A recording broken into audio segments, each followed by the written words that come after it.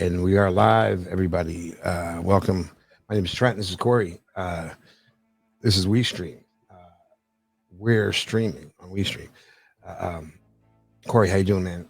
Yeah, we got to Uh, get our shit. We got to get our stuff together, man. Like this. This is all of this is just wrong. Everything's wrong. We didn't let the Discord know we were starting. We didn't.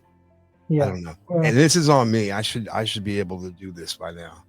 Um, it's growing pains. We'll get in yeah. a better rhythm. We're It's just also in the process of building something right now, so we're right. Yeah. and All of we this just felt wrong right there. It's all good though.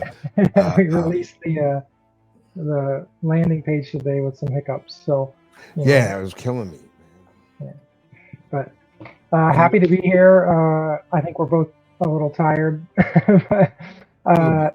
the excitement from all this will get us through. So. Welcome everybody. Thanks for joining us. We will give a few more minutes for people to join here. Uh, in the meantime, just give a little bit of background. I'll talk about myself. Trent, if you want to, you can as well. You don't have to, no pressure. My name's Cory. I live here in Austin, Texas with my family. Got three small kids and a wife, and then recently got laid off, so this is now a full-time thing. Uh, so we're excited about that, uh, making this thing work. Been in Solana space since 2021. My first project was actually Famous Foxes, which is why you will see that as my avatar on Twitter and Discord. Minted, that was my first mint on Solana. I'd actually got into crypto NFT space a little before that in the Wax blockchain, and that's how I met Trent actually. So long time ago, and so the way we got here, made some pretty decent gains on some meme coins. Did not capture those those gains, but one of the coins that I did rotate into was Ustream, and that is where a lot of our community is coming from right now that we currently have engaged. So I was one of the bigger buyers of that token early on. I did try to get Mozzie more engaged with the project and try to move forward with building something. Unfortunately, that didn't happen. And after months and months of waiting, we just decided we were going to build this thing. I knew Trent. I knew that he had the skills. I knew that I could help chip in on not just some of the coding, but on the operational side. And so we co-founded w3Stream, and we are in the process of competing in the Cypher Punk Hackathon from Coliseum, which is wrapping up next week. So we're excited about that to deliver an MVP there, and start getting some private beta testers to get some feedback from. So long story short, that's kind of how we got here. We can talk a little bit more about some of the background if people have questions on that, or about us if you've got questions. Um, but that is kind of where I'm going to leave that at. Trent, I don't know if you wanted to introduce yourself or talk a little bit about your background. I could get into education and work Yo, experience. I am the dumbest, literally dumbest person on paper you might ever meet in your life. And here's why. I've done something that, like, I'm not proud of this. I'm just stating it because you want to bring up education. So I don't think many people in this world, especially not today, can say that they dropped out of high school and college in the same year, like in the same year. Like who does? Do you know how hard that would be to do now You nowadays? know, And so, yeah, like 2 weeks before graduation, dropped out of high school, which it was extraordinarily stupid. And then just couldn't hack it. Like fall rolled around, and I was in accounting, man. You should laugh at me for this, since it was probably a breeze for you. But my last test, I got a 4 on it. I was like, yo, this ain't for me, man. Like, I thought I could still get by like I did in high school, just never doing assignments at home, and just you know what I mean, like just like college, guessing yeah, or college and grad school definitely were a different ball game. I breezed through high school, but yeah, yeah. So it getting was into the higher level math and CS stuff, like you yeah. definitely. then I never got my GED, right? I just knew that if you didn't have a diploma or GED on an application, you probably weren't smart enough to do the job you're applying for. Like, so I always just checked yes. Like, why would I check no? Like, that makes me look dumb. I wouldn't do that, Yeah. right? And then I did that my entire life up until I applied to Dell, right? Dell's a Fortune 50 company, and that's when I learned about educational background checks. Like holy crap, man! Like she's calling up saying we can't find your diploma. I panicked, bro. I ran down to the local college here, community college, Atlantic County, or what is it, Austin County? Yeah, Austin Community.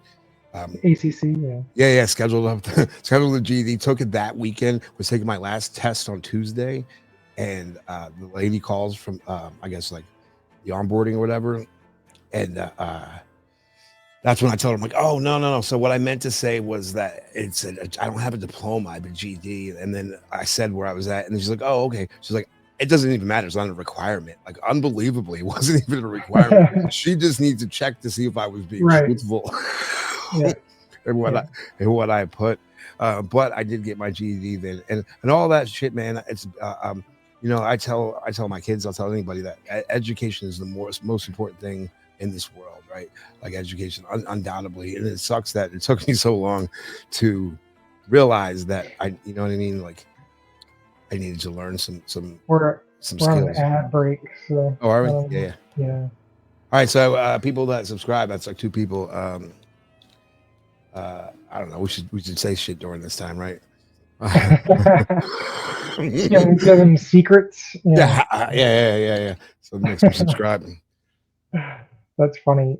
How I'm not used to this, so I got to figure out like how often these things run. Is it like I don't even know why they're on still. I turn them off. Where do we do that at? Inside the Twitch thing somewhere. Go ad free. Yeah. You'll have. I'm not logged into the main account. I don't think so. Yeah. But we should turn that off. Yeah, or at least down or something. I don't know. Let me see if I can get logged. All right, are they back? How long is the commercial break? 50 more seconds. What? But even nobody. I don't think anybody's even getting that money. Like I don't even know where that's going. Let's create a dashboard. Content, monetization, probably ads. Ads manager. How many minutes of video ads do you want? Can I just turn this off? That's what I'm hoping. Ads not scheduled. All right, but there you go. All right, okay. There you go. I guess. So we should have no more. I don't know. I think so. That's what it looks like. Like it was. It's the radio button at the top. Okay. Are they back? And we are back. So yeah, we shared a bunch of really important information because we figured that if y'all don't subscribe, you don't get to hear it. Yeah. So anyway, that's my backstory on my education. Never stop learning. Never stop teaching yourself. Because education is the most important thing in the world, and college is in fact a fucking scam. Don't fall for it. You don't need it. I would agree that nowadays you probably don't need it, and 95% plus of what you learn in college you're not going to use in any career. I mean, you'll use some of the foundational stuff, but the majority of like the nitty-gritty stuff, unless you're going into a research position or things like that, you can learn. Especially nowadays, you can learn so much just online. Right. Agreed. So.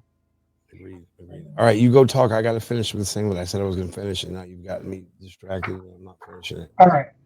So just to kind of get back to where we came from a little bit, we are completely different than Ustream. The only reason that we're connected with the Ustream token is because I was a community member, a token holder of the Ustream token. That's really the only connection there, and how we got to this point. But the w3Stream company, which is incorporated in Delaware, co-founded by myself and Trent, has no ties to the Ustream token other than we are community members and holder of that token, and we're going to do a token migration from the Ustream token to our w3Stream token to help support the community. And we'll get into how exactly that will do that. Mozzie has nothing to do with our project. And just to kind of give a little bit of information on that, we did finally, after 8 months of basically no signs of life from Mozzie, we did get a hold of him through Brad, but it was a short interaction. He has yet to follow up on that.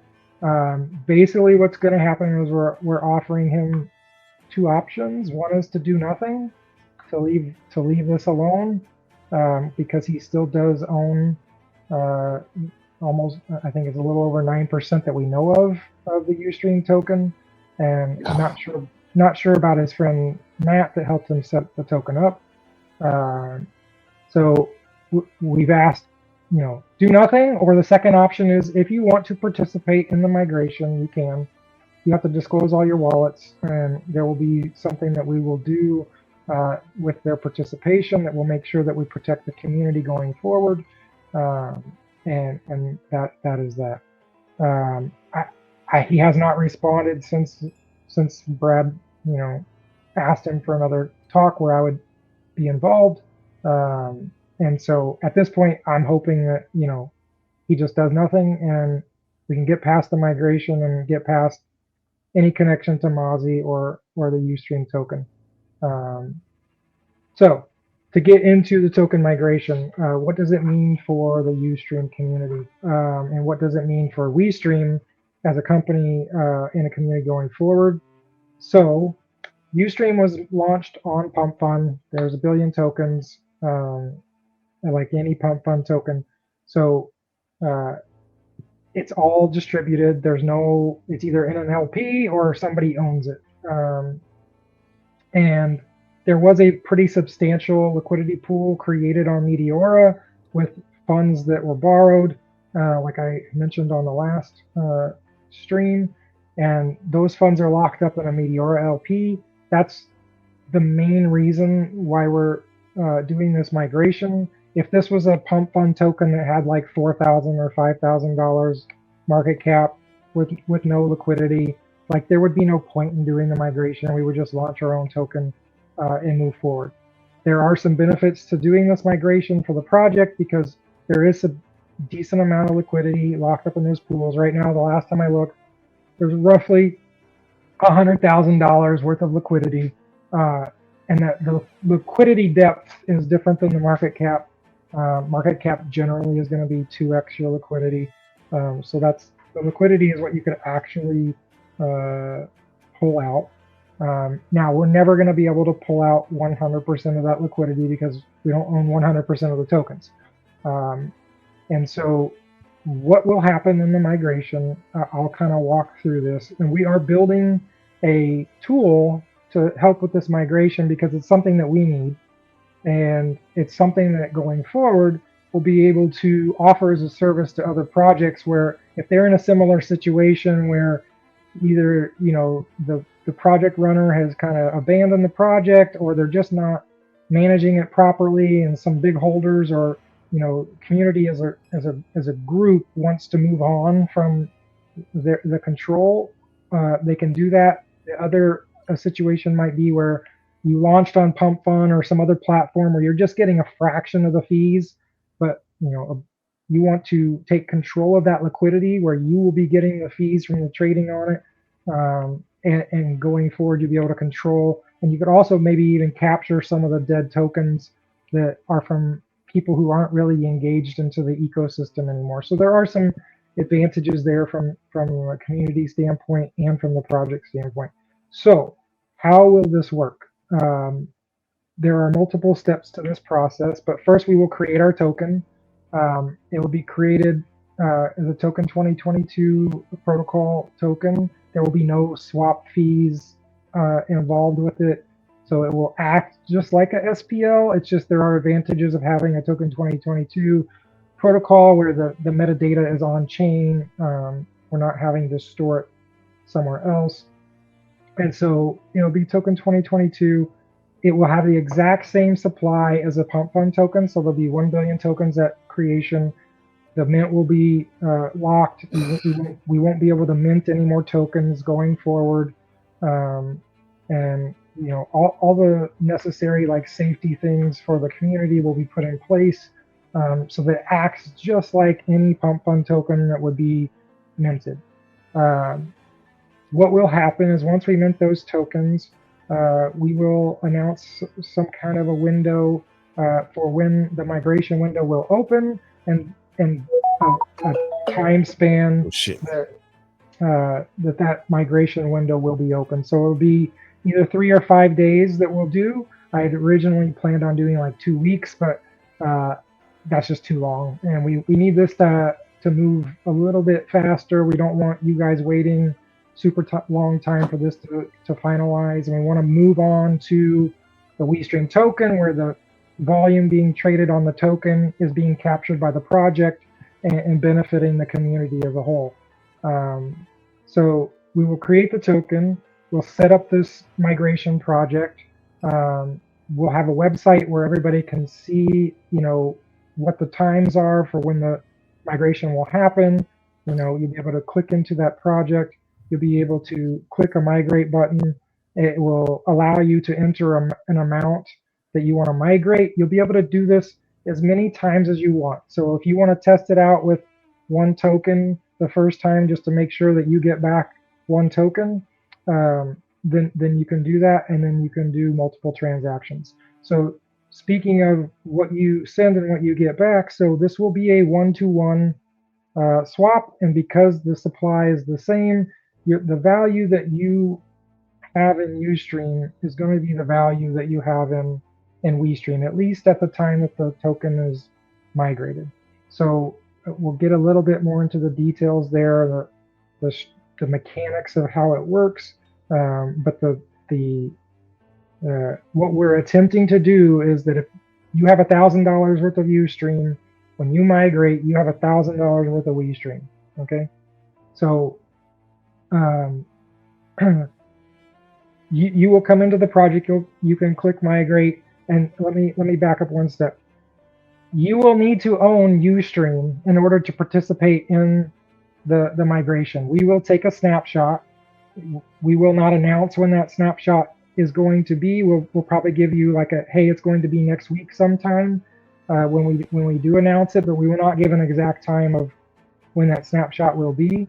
If your wallet does not own w3Stream at that time, you will not be able to participate in the migration. You will have to wait for the migration to be over with in order to get the w3Stream token. Again, we are not in control of the price of the token, either one of them. So if w3Stream goes up, before the migration or even during it, and you end up having to buy the w3Stream token after the migration at a much higher price, like, we're not in control of that. If you have the w3Stream token now, you're able to participate in that migration. You'll get 1-to-1 swap for your tokens. The price at migration will be equivalent to what it was at on the w3Stream token. Now, that being said, the way that this works is we will end up having to set up a small liquidity pool right before the migration window opens. So the reason for that is we need to be able to set the price of the token. That way, at least at the beginning, you guys are getting the exact same price on, if you own 1 million w3Stream tokens that are worth $2,000 or whatever, or $200. If your tokens are worth $200, at least when we open the window, those million tokens are still worth $200 once they're converted into w3Stream. Now, that liquidity pool will be very shallow to start with. The only reason we're setting it up is so that we can set the initial price of the pool. But if somebody decides to buy or sell the w3Stream token, which they will be able to do as soon as that pool is set up, they could drastically change the value of the token while that pool is shallow. And so what that means is if there's only like $1,000 of liquidity in there, and somebody goes and tries to buy $1,000 worth of w3Stream token, you're going to get huge slippage, and you're going to lose quite a bit of money to the pool and to fees and whatnot, and you won't get back $1,000 worth of token. It will look like the price goes way up, and then as soon as somebody collects their w3Stream tokens in the migration process, they could take their w3Stream tokens and sell it into the pool, which, because again, it has very small liquidity, will bring that price down pretty sharply. Now, they got theirs at the migration price, and if somebody comes in and buys it and sends that price way up, there is some arbitrage opportunity there early on while the liquidity pool is shallow. Our recommendation, and we will send a warning out on this, is do not trade on the pool until the full migration is done. At that point, let's just hypothetically say that the window is 3 days. When it opens up, there'll be a small amount of liquidity in there so that we have a price. And then when the window for migration closes, nobody will be able to transfer Ustream into w3Stream tokens anymore. And we will take whatever we collect in the Ustream tokens. We'll take those tokens and we'll go swap those into the old liquidity pool and try to capture as much SOL as we can. We'll do this over a few transactions to avoid high slippage and try to get the most efficient pricing for our swaps, and try to capture as much SOL as we can. That SOL will then be paired with w3Stream tokens and placed into that new liquidity pool that was created to increase the liquidity depth. So when that window closes, we'll go from, let's just say, $1,000 or $2,000 of liquidity to hopefully $50,000, $60,000 worth of liquidity. This is going to be shallower than the Ustream pool. Again, that's because we don't control 100% of the tokens. Even, I'm assuming that we're going to get somewhere between like 30 and 60% participation in this migration, just from the large holders that are in the community. And so we'll capture a good amount of the liquidity, somewhere probably between 50 and 75% of the liquidity that's in the Ustream token. We'll be able to capture that SOL and then migrate it over to the liquidity pool for w3Stream. Once that migration is done, once we've captured that SOL, once we've deposited it into the liquidity pool, we'll send out a notification that says, here, the migration has been finished, settlements are done, liquidity pool's been funded, and that's when the real trading can begin. And I would suggest to wait until that point, otherwise you are risking some very high slippage, either buying or selling the token. That doesn't mean you couldn't, get lucky and do some highly profitable swing trades, but I would advise against it. Let's go on to, once that happens, another thing that will happen when the window closes and we've recovered that SOL, there's going to be a lot of w3Stream tokens that aren't spoken for, right? So hypothetically, let's say we get 60% participation, and just to make the math easy, it won't work out exactly like this, but just to make the math easy, let's say that 40% of the tokens are unclaimed, right? That means that the project will own 40% of the tokens. Now, that could worry some people because they'll be like, oh, you guys could just sell into the liquidity pool and take everything out.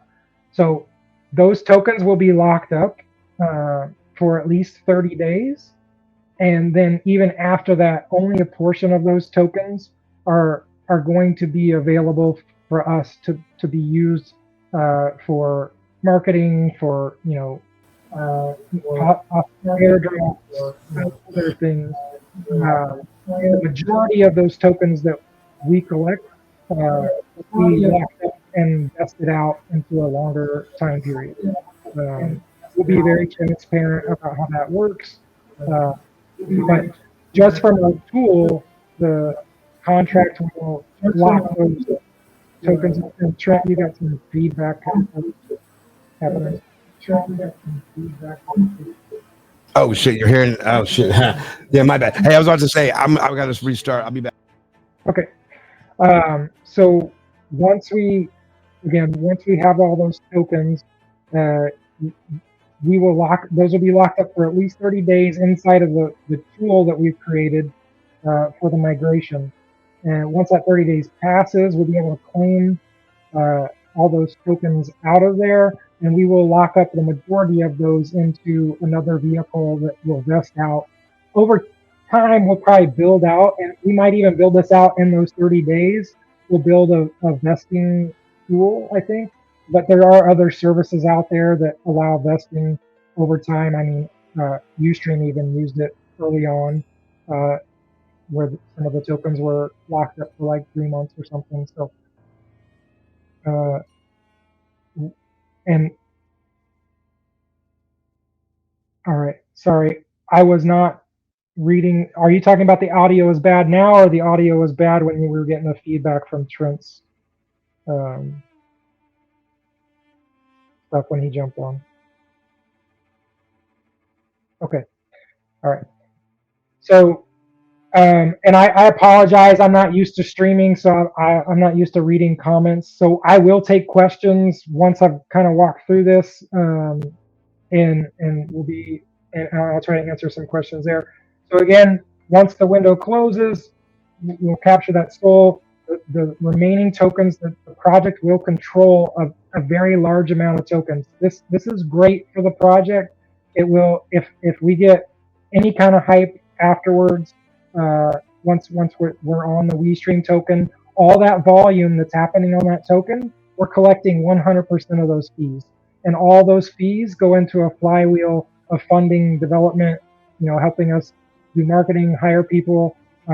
It's basically a way for us to fund the company without having to go raise, and that's just from the fees on the trading. That's not selling any tokens. Now, we will have a small amount of tokens where that may be an option, where we either sell into the market or we find an investor that wants to do an OTC deal where we do that off the market. But that will be an option.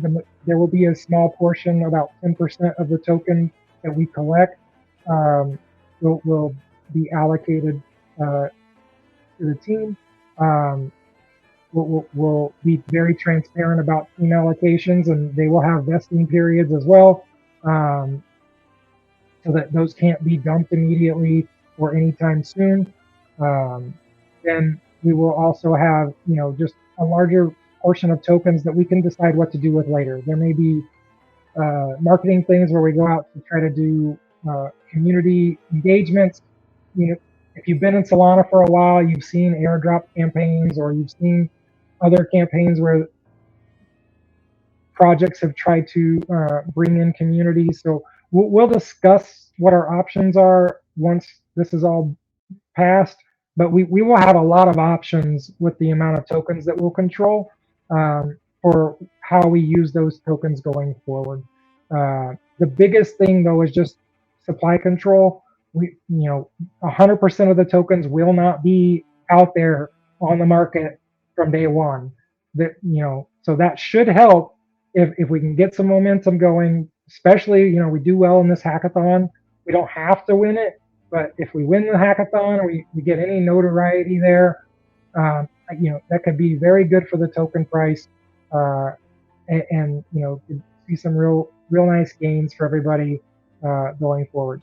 Now, all that being said, I'm talking about the token migration because I care about the w3Stream community. I want to see you guys taken care of. I want us to try to help right a wrong, what I see as a wrong, in the ecosystem, in the Solana ecosystem as a whole, with the predatory and just the bad behavior from people. We're not here to take advantage of people. We're here to try to do something cool. We're here to try to do something that we think can provide value. And the token is just a way to kind of share that with the community. We'll have more details on how the token will tie into the ecosystem as a whole as time goes on. If you were in the w3Stream community back in like March, I wrote like an entire 11-page strategy document for how that might happen.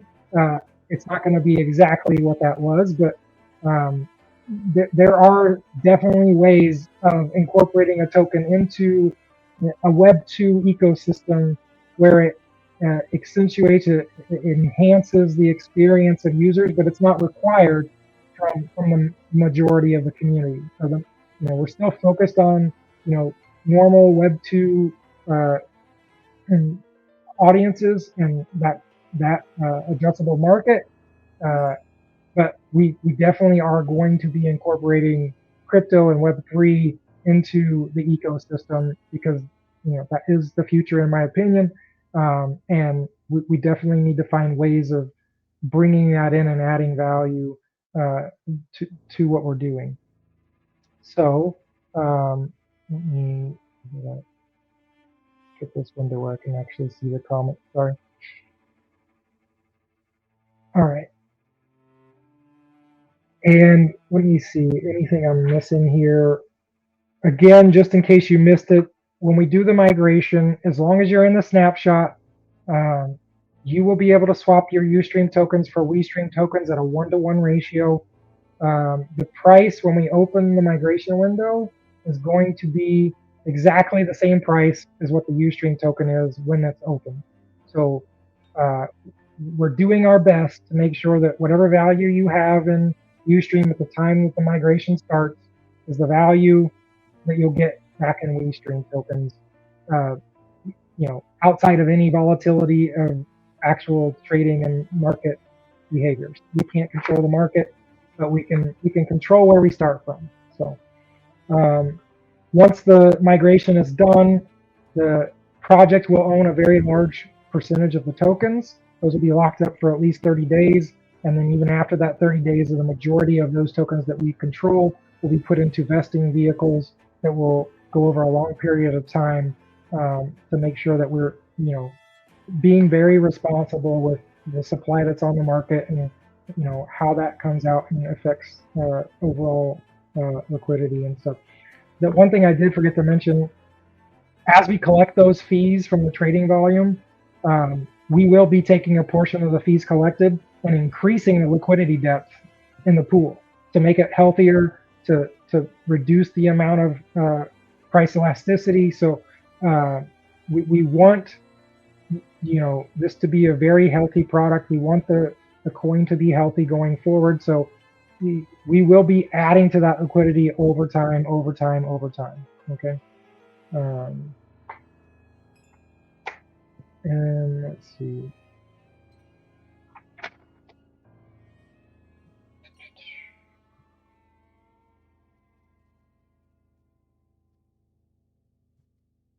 All right, so at this point, I'm going to scroll back through comments. If you've got any questions, now is the time to ask them.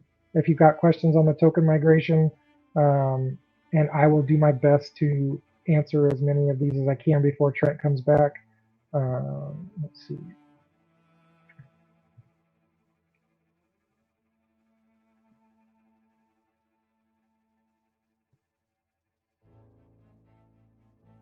And I'm glad to see that we haven't gotten any more ads since we turned that off.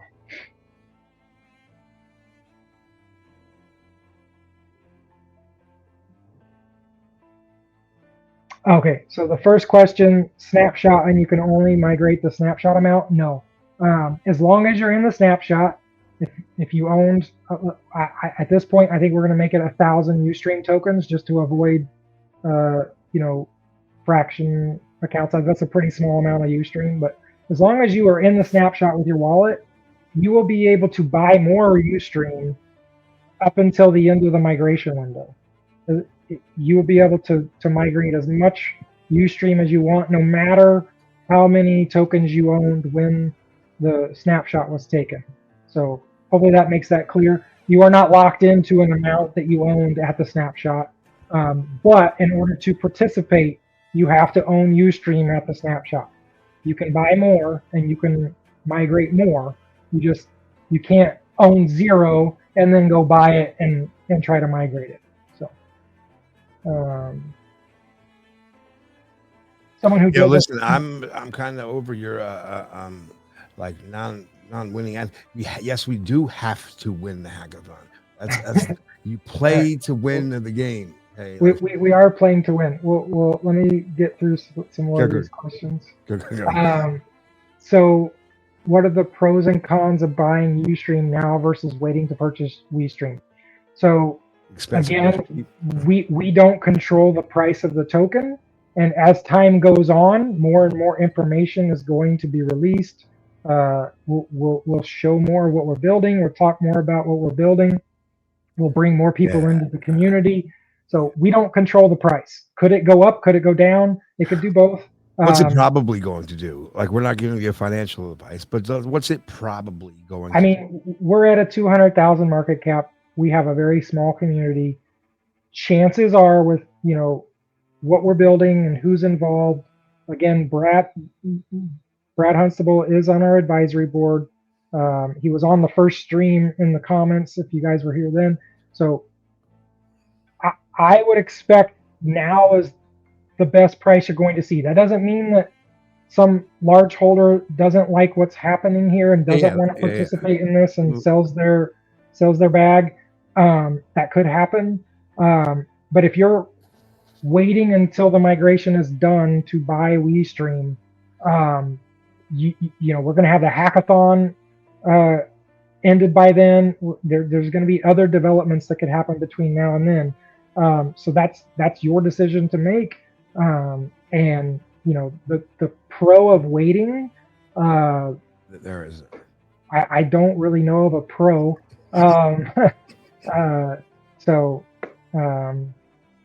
Yeah, I hope that answers that question. We don't control the price of the tokens.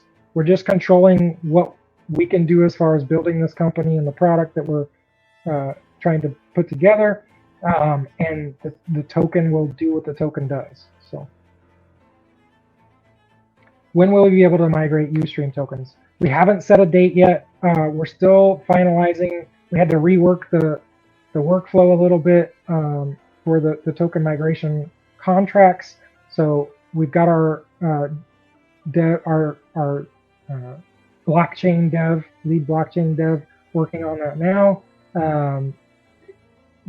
We're hoping that the contract work will be done this weekend.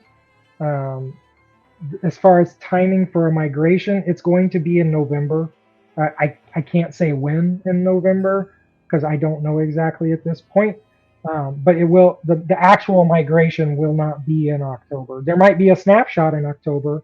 I'm not going to promise that will be waiting that long. But as of right now, I don't have a date for the actual migration.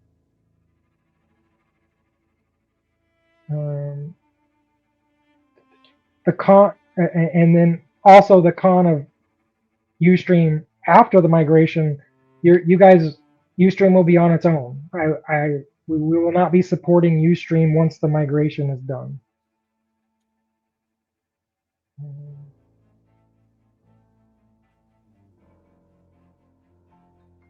Let's see.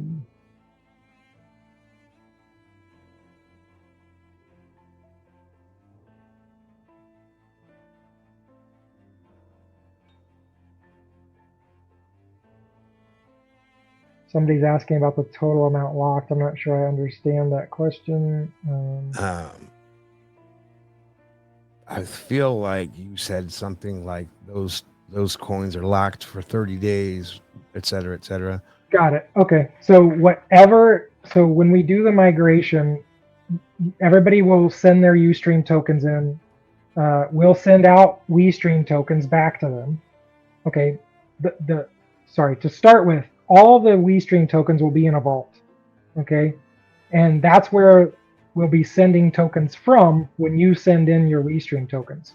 So you'll send when you send the Ustream tokens in. You send us the Ustream tokens, you'll get WeStream out of the vault, which will have the total supply to start with.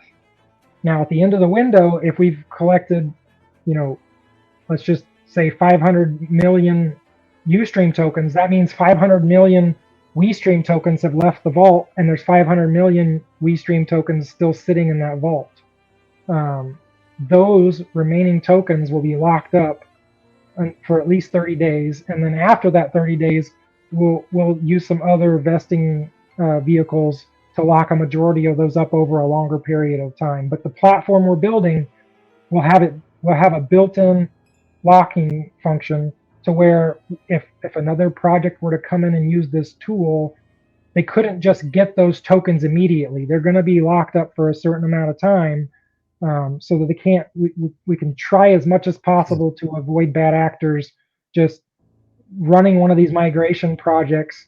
You get 30% participation, but then the person who initiated the project owns half of the token supply, and then they just dump that half of the token supply into the new liquidity and just drain everything out. So that's the situation that we're building this tool for to avoid. There is still some trust from people participating in the migration that once that lockup is done, that we will then move the majority of those tokens into a vesting vehicle. That's why I said during that 30 days, we'll be trying to build our own tool that will allow a project to move it from the vault without ever taking possession of it straight into like a vesting vehicle. Whether that's through a third party or something that we build, we'll investigate that. But that's the idea, is to try to be as transparent as possible to get people in, feeling as comfortable as possible with what's happening with the tokens, so that they can feel safe with what they've put into the project. Can we make the migration window last at least 1 week? We can. We'll discuss that more. I'm leaning more towards a shorter window at this point. Like I said, I really would like to move on beyond the w3Stream token. The main reason for that, especially as we get, to the hackathon and the results, I don't know how long it will take for them to judge the hackathon and put out those results. But if we haven't migrated to w3Stream by the time those results come out, any kind of trading volume that would be happening on w3Stream is fees that we're not capturing as a w3Stream project. So I'd like to be migrated before the hackathon results come out. Like I said, we'll try to announce a snapshot window as soon as we can. We'll try to give more details around timing as soon as we can. We just have to make sure that we've got the contracts in place. We've done the testing and auditing on those to make sure that they're working properly. We don't want something to happen on the token migration process that we will regret. So we're going to make sure everything is in place before we announce any of that stuff.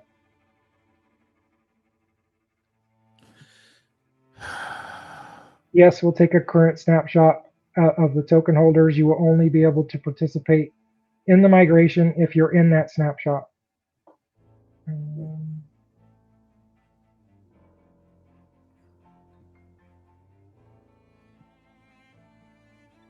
And yes, you will be able to, like I said, you'll be able to trade w3Stream during the migration, but the liquidity depth of the w3Stream pool will be very small, and you will see giant slippage.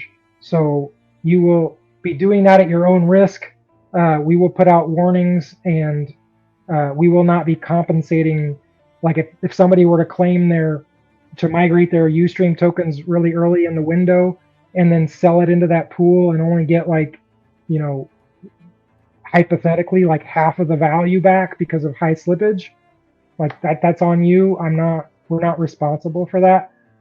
So yes, you could do that. I would highly recommend waiting until the window was closed to start trading your w3Stream tokens that you receive.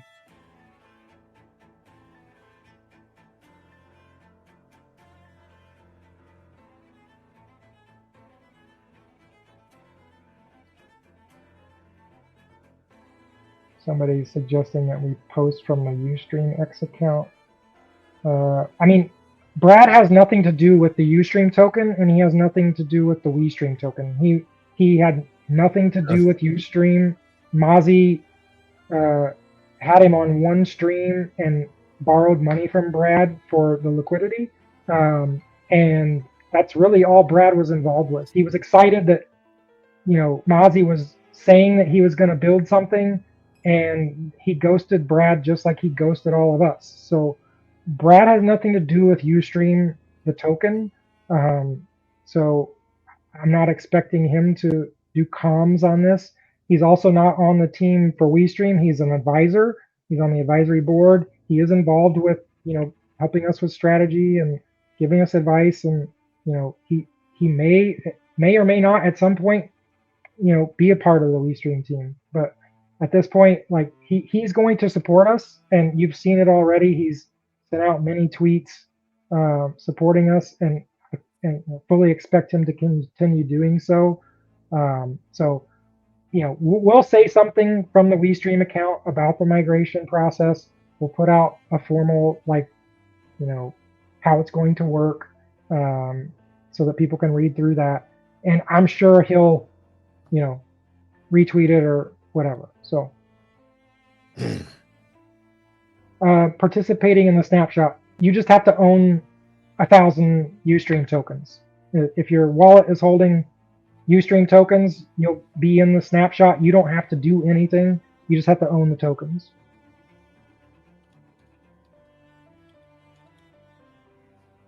So again, if somebody does trade during the migration window when that liquidity pool has very shallow value, it could make the price, very volatile. And if it drops, it will come right back up as soon as somebody buys. So if the price drops from, let's just say 20, not 20 cents, but it's like 0.0002. Like if it drops from that and drops in half, right? Then somebody could come in and buy it at, half of what it was. Now they won't be able to buy a ton because again, the liquidity is not deep. So, the slippage will be very high. But like I said, there will be some arbitrage opportunities. As long as you're smart with it, you'll be competing against bots probably at that point. But yeah, you could. It should not affect you in the long term, because as soon as the migration window is done and we start to add the liquidity into that pool, it's going to help with the price volatility, and we should see the price be somewhere near what the w3Stream token was when the migration window opened. That is another reason why I'm advocating for a shorter migration window, is to not, draw that process out. I'd like to have, people getting their w3Stream tokens and being able to trade it, as soon as possible, but still giving people a fair amount of time to migrate their tokens and not be left holding the w3Stream tokens that we won't be supporting. So, yes, he ghosted Brad too. Until I think last week, Brad hadn't heard from him since March, just like us.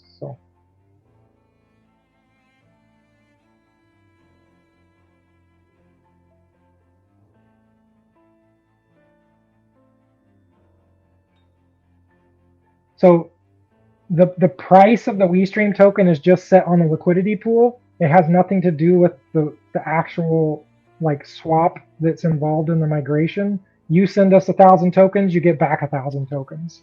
The price is not affected by you migrating your tokens to w3Stream. That's correct. So you can migrate to your second part of your question there. Let's say you got 2 million tokens, you can migrate 1 million of them. The price of the token is going to be independent of your migration. It might go up and down based on people buying and selling, and then you can come in and migrate your other 1 million tokens later on. It's completely independent of the trading of the token.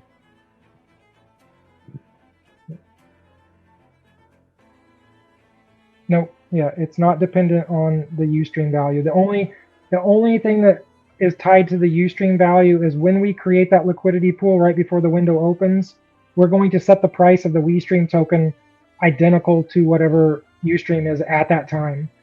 Once we do that, we're no longer in control of the price. We can only control what it's initially set to. As soon as people start trading on that liquidity pool, we're completely out of control of the market price.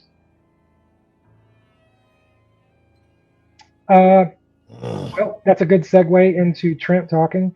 Yo, I'm about to show y'all something, but I just got to render it out first, and then I got to put a couple other things in place. I'm not quite ready, but Yeah. I'm close. And then if I do the first part, and then you maybe talk a little bit and cover me down so I can finish what I'm doing. Yeah, that's fine. But to answer your higher level question there, again, the submissions for the hackathon are ending next Wednesday evening.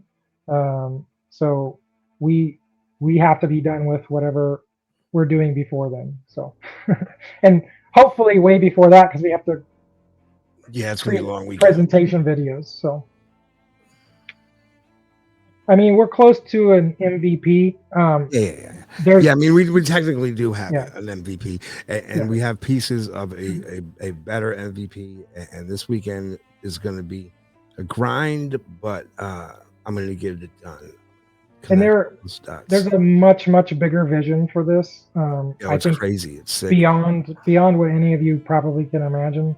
So it's not just a Twitch competitor with token gated rooms. Like, that's not what we're building. No, definitely not. Nobody can compete with Twitch because Twitch can't compete with TikTok. So I mean, it's that's how that goes. All right, so as rendered. All right, so I don't see how I can explain this to them. So what we are building is a platform, a platform for not only streamers, for literally anyone and everyone. And on this platform, you will it'll definitely be initially it'll be focused at the niche genre of streamers, right?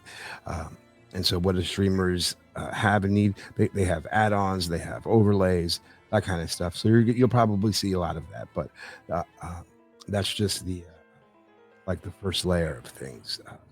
It'll go much deeper. But of those add-ons that you might see, Cory was having some trouble during this stream keeping up with the chat comments because it's hard to do anything and read at the same time, especially game or anything else, right?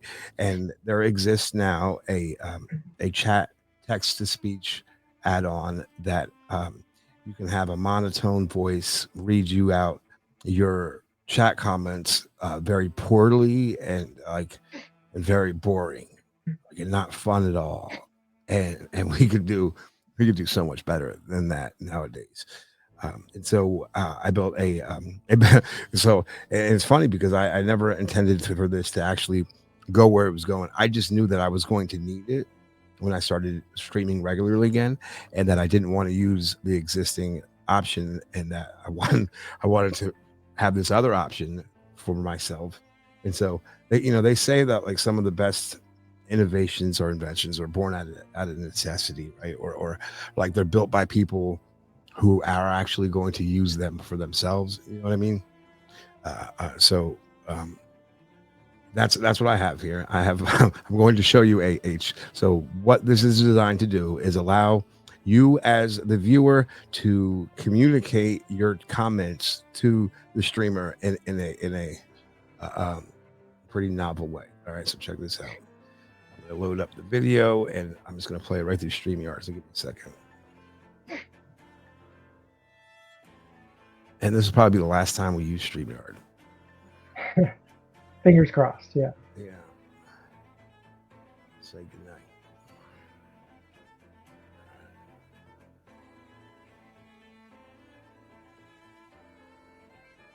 Add file. All right. Shit. What did I save that as?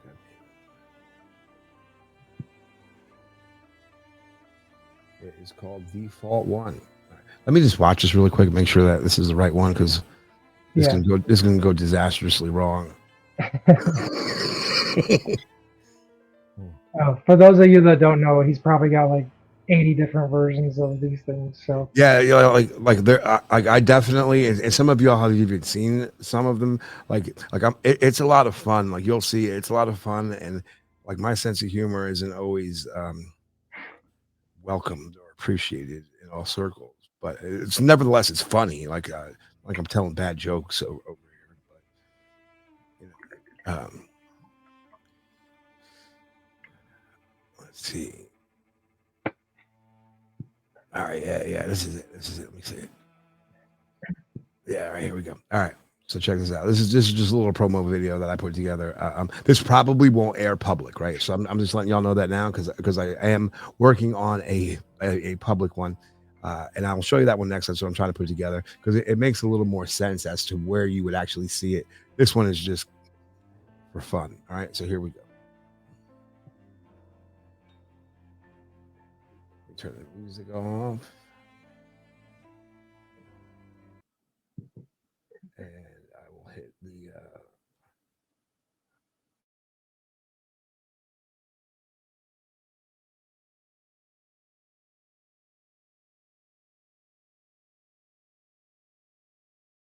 Hey yo, with good timing and flow, this voice will read your messages. It handles common stuff. Like LOL. Get at me, dog! And emote callouts naturally. Numbers like 69. We're 420. Sound clear. And it won't stumble. Over usernames. Like Gamerboy 2025.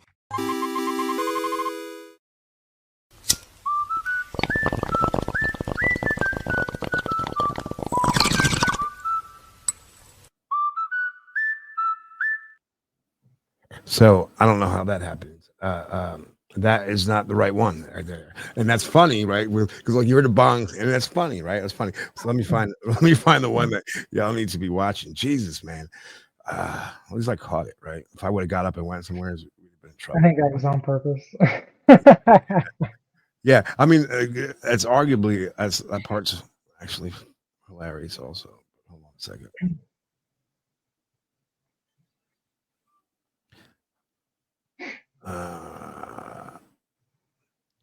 Are you gonna do the Mike Tyson one? Yeah, that's what I'm trying to find, man. Like I already did it, and I named it. It should be in here.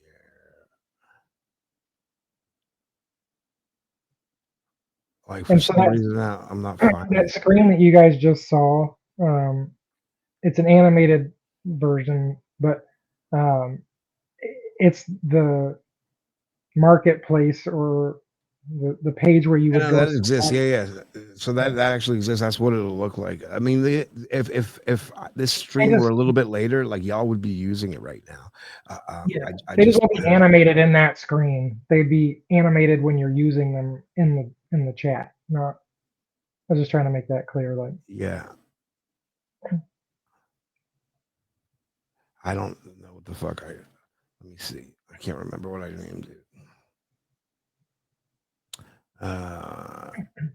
And then I feel like, hold on a second. I feel like I sent it to somebody. So talk about something else. I could show you like a practical use as a gamer, like where you would find it, find the most enjoyment.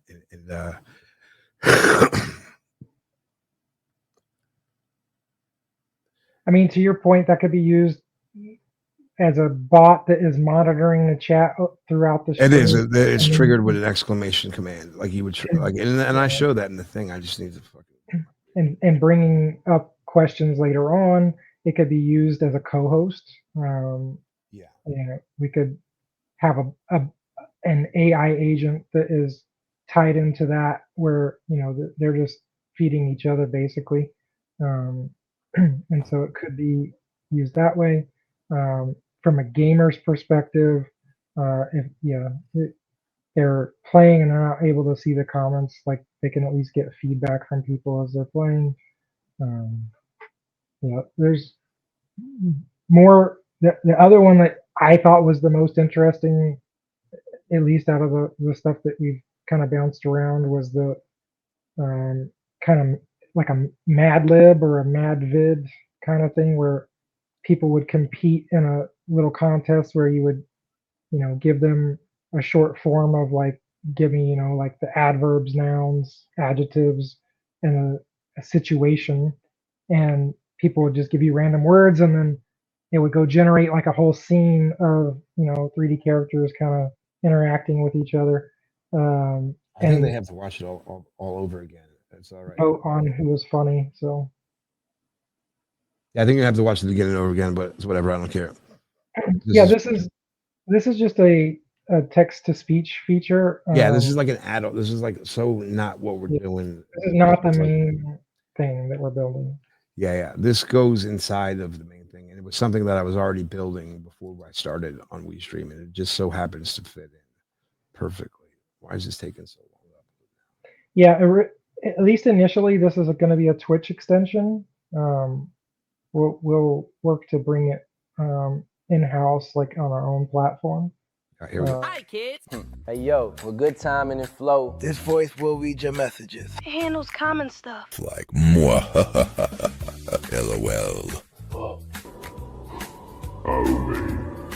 Get at me, dog. Then emote callouts naturally. Numbers like 69 and 420. Sound clear. And it won't stumble. Over usernames. It's like Gamerboy 2025.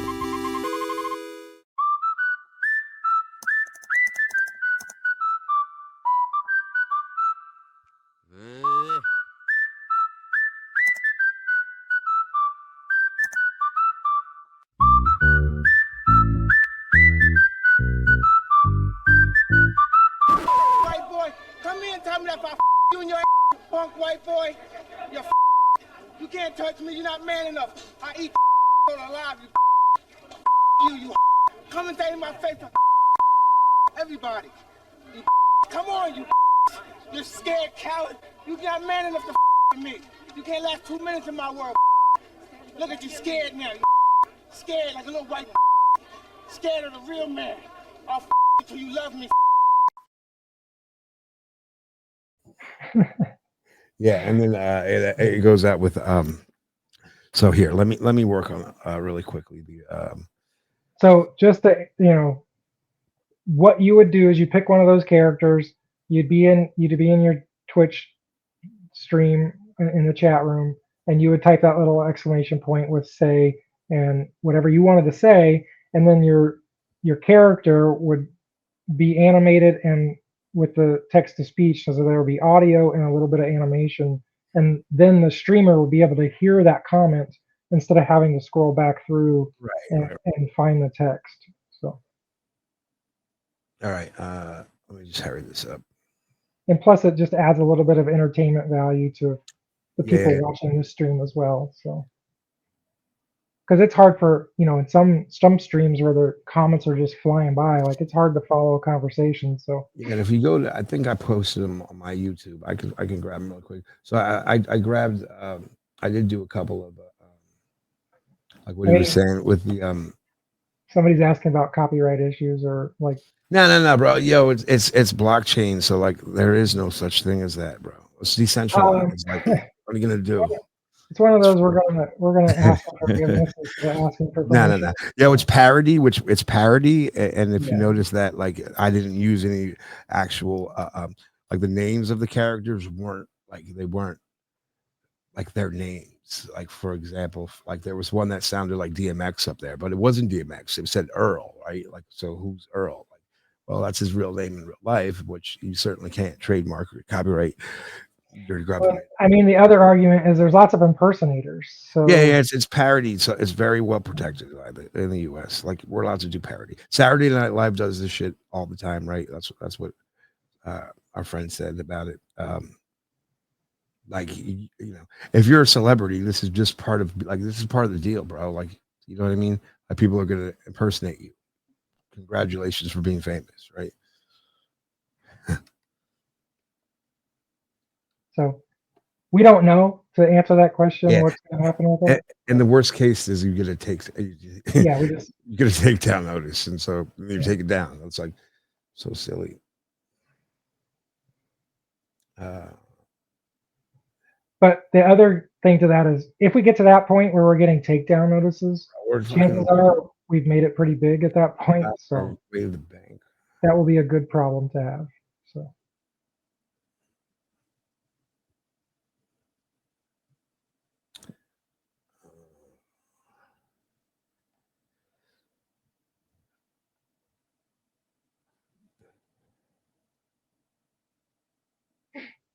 All right. I only got two of mine that I might not necessarily want to share. Like, it's funny, but it's whatever. I got the Eminem and Vanellope one. I was gonna show the Snoop one because that one's kind of funny, but so this will be there may be a free tier of this, but there will be limits to the usage. Yeah, and then there'll be paid tiers as well. So yeah. Because it does require using, like APIs into LLMs, and so there's a cost for us to do it. Yeah, we have a pretty hefty GPU spun up. It's an A100, which is running the right now the Chat TTS model up there, and it's got comfy UI in it also, so I can run other stuff out of it and ping the API for that. Although I haven't been really putting other models up there. You sent me that new speech one, which, like, I don't know, it's interesting. I want to check it out for sure. Because it looks like it's faster than 11 Labs or Chatterbox. Which UI are you speaking of? So you sent me. Sorry, I'm talking to Capo 5000, okay, asking, do you have any video or photo of the UI, and which UI are you referring to?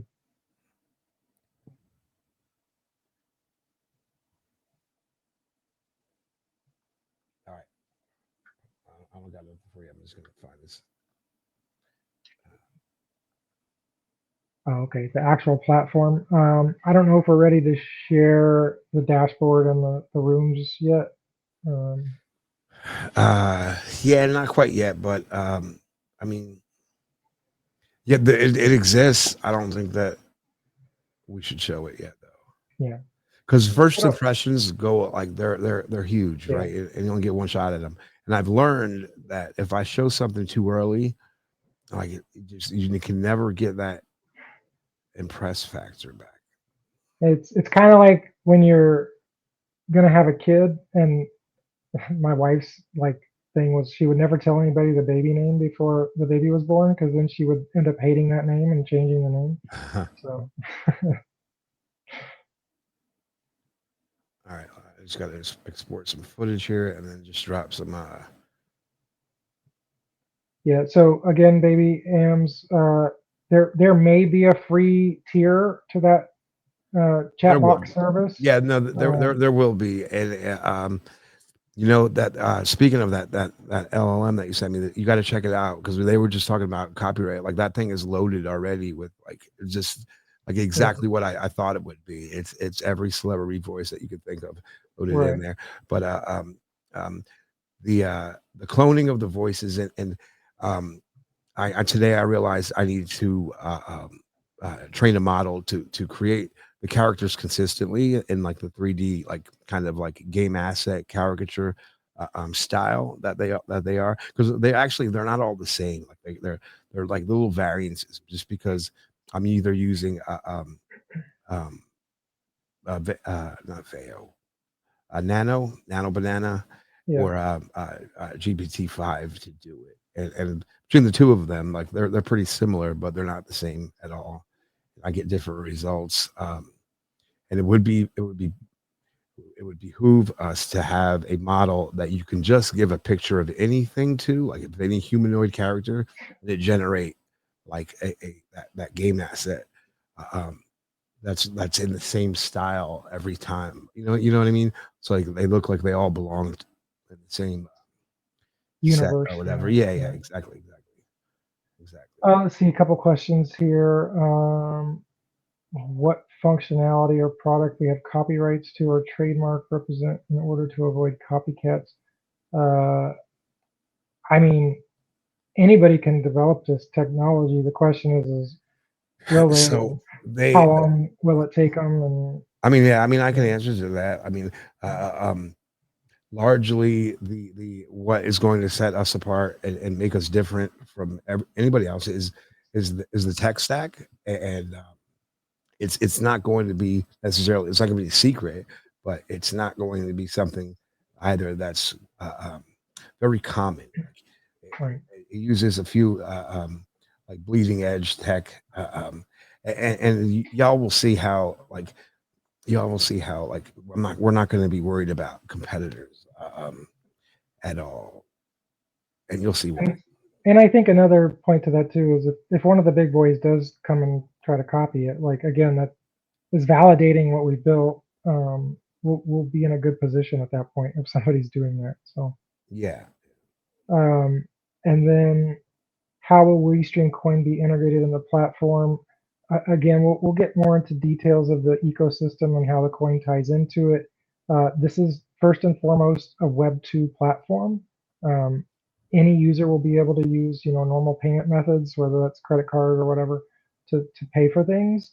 We'll have Web3 integrated so that you can pay with crypto for things, but it's not going to be a requirement. And then we're not going to, there may be some features that get gated like in the future where maybe there is a VIP room or something for a streamer that is gated to holding a token or something, but that's not how we're approaching this. We want to get the mass adoption of the biggest crowd possible. We don't want to pigeonhole ourselves into you have to own crypto or you have to own a certain token to even want to use this platform. We want as many people as possible using the platform.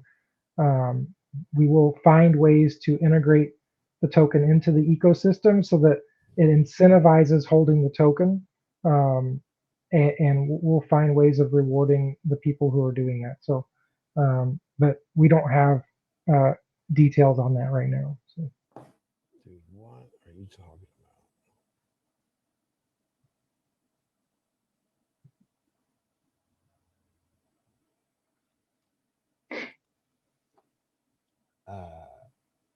Cory, I think that I don't think I have.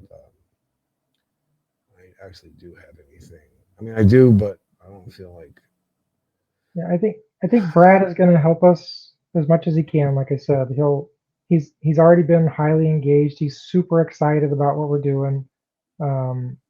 It's palpable when I talk to him. So he's going to do, I think, everything in his power to help us out. And over time that might increase. We'll see. But yeah, I don't think we need to worry about if Brad is going to help us or not. He's going to help us in ways that we might not even be able to imagine right now. But he's been so helpful to this point, and he'll continue to be a good advisor for us. Like, what are you talking about, bro? Like, what? Yeah, I talked a little bit about background at the beginning of the stream, so you can go back and watch that. But basically, if you want to get into like education and like stuff like that, I've got a degree in math and CS with a master's in statistics. Like I spent most of my working career as a statistical analyst. I've worked the last 7-8 years doing more execution and marketing campaigns, doing direct mail and digital campaigns and things like that. But I've got a programming background. I've been in the Solana space since 2021. I'm fairly experienced with like DeFi and LPs and things like that. So, I'm helping design a lot of the stuff. Trent is pulling the heavy load on the technical side. Fucking exhausted. I do help a little bit with the coding over there, but that's the majority of the background for me. And I'm stupid. I don't have an education. And to answer your question, do we plan on releasing this for YouTube as well? So yeah, this will be a server. The platform we are building will broadcast out to all the majors. So yeah, as soon as I figure out how TikTok works, it will go there too. I feel like they have like stricter policies though than all the other ones. yeah, so you won't necessarily be locked into using our platform. Obviously, you know, that would be ideal. You will though. But we're, like I said, we're making this for mass adoption. We want people using it for the, you know, useful tools that it has if you're a streamer, and then maybe some of the cool features if you're a viewer as well. So Like I don't understand how this is possible. and just to make it clear, you can. I think one of the main use cases for our platform is going to be non-streamers. It's going to be people that are not streaming. They just want our platform for the other collaborative, you know, value that it will add to their community or to just their use of it. So because there will be use cases where you're just in a room by yourself with an AI agent, so to speak, or not so to speak. You will be in a room with an AI agent, and nobody else has to be there. But you'll get some major value add out of what you're doing in that room. So.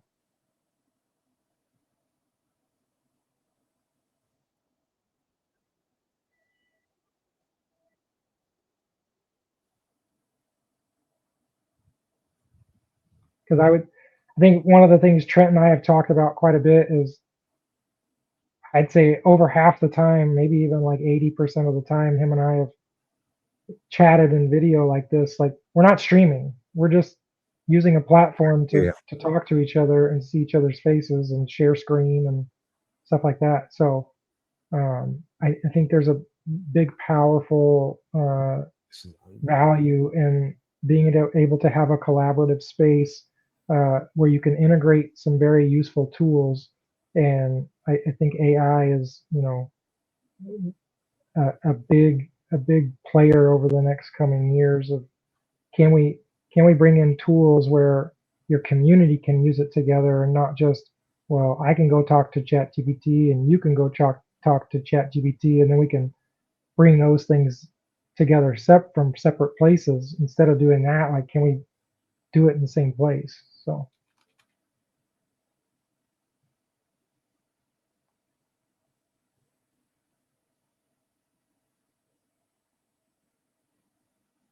All right, I give up. Yeah, I'm getting like a fucking. I'm so annoyed with this because it seems like this just always happens no matter what. Like I've never gotten a codec issue, and now I'm getting a codec issue, bro.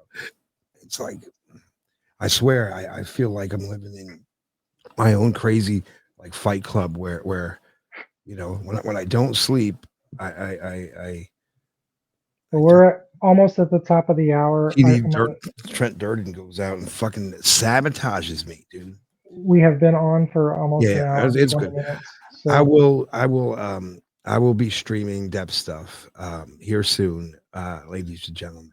And when I do that, I'll put an outline up as to what it looks like, and for all those that want to see like the UI and actually see what's going on, you'll get the opportunity. Now I won't be answering questions during a large part of it just because like I can't do that and work at the same time. But I will take breaks and field what questions that I can. And I'm probably looking to do this sooner rather than later. Like maybe even as soon as this weekend, hopefully. And I'll post up a schedule inside the Discord when I'm going to go live, and it'll be regular. It'll be like every day till the hackathon's over. So yeah, y'all can look forward to that. And my apologies. Cory kept me up late with this fucking video submission, and so now my head's all foggy. And go get some sleep, and we'll talk to you guys later. Thanks for joining. Yeah, love y'all. Love y'all. All right, I'll talk to y'all soon.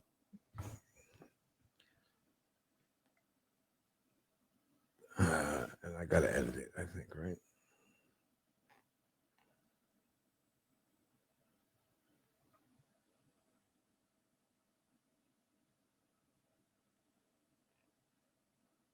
End stream. You can't hit the end stream.